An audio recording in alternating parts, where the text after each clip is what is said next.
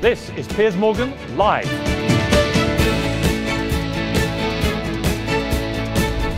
It made me feel afraid. If his goal is to just have only white people here, where do my husband and I go? Because I know that I would not be welcome. Some of the posts that have been about me have made that very clear.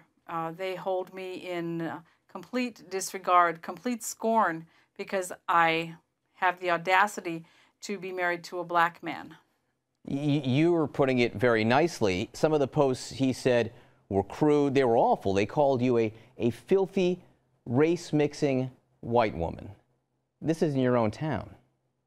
Don't forget being pea-brained also. I was a pea-brain also. You guys have lived here for years at this point. Have you ever experienced any kind of racism in this town? Never. Not me. No. Everybody's been cool. Yeah. And the town is so small, as we said, 24 people. I think that might be a high count, too. Have either of you bumped into this man yet? I ran into him last year. He was out walking and I was outside as well. So we introduced ourselves and just chatted for a little bit. And he asked if as I remembered, he asked if I had property for sale. And I said, actually, it belonged to my mom. And he said, well, would she be willing to sell? And I said, no. I had no idea what his plans were, but I knew that my mom would not be willing to sell any property.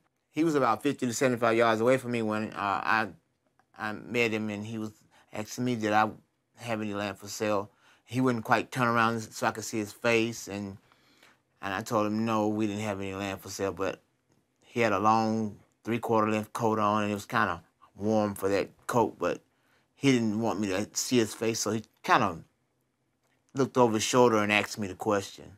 And of course, the reason he wants to buy the land, we now know, is so that more people, more white supremacists can move into town, essentially take over the town. If you had a majority in the town council, for instance, his thinking goes, they could run it the way that they want to. Now, I know there's a town meeting tonight going on probably right now. What are the plans that this community has right now to deal with Craig Cobb? I think it's unclear. I think we're unsure as to what to do right now. We'll just have to wait and see what we discuss at the meeting tonight. How's the community treated you? Has everyone who lives there, have they rallied around you against this guy? Yes. Yes, everybody has been very, very supportive, very kind. I have roots in this town. I didn't grow up in this town, but my mom did, and there are still relatives that live around this general area. So I have a reason to be here. I have a history of being from this area, from this area. So it's disconcerting that someone would come in and want to make us change our entire way of life just so that they can be supported by or surrounded only by white people, like-minded white people. And Bobby, to be clear, this is your town now, too. You live there. You have some roots there. You know, he's coming into where you live in your community.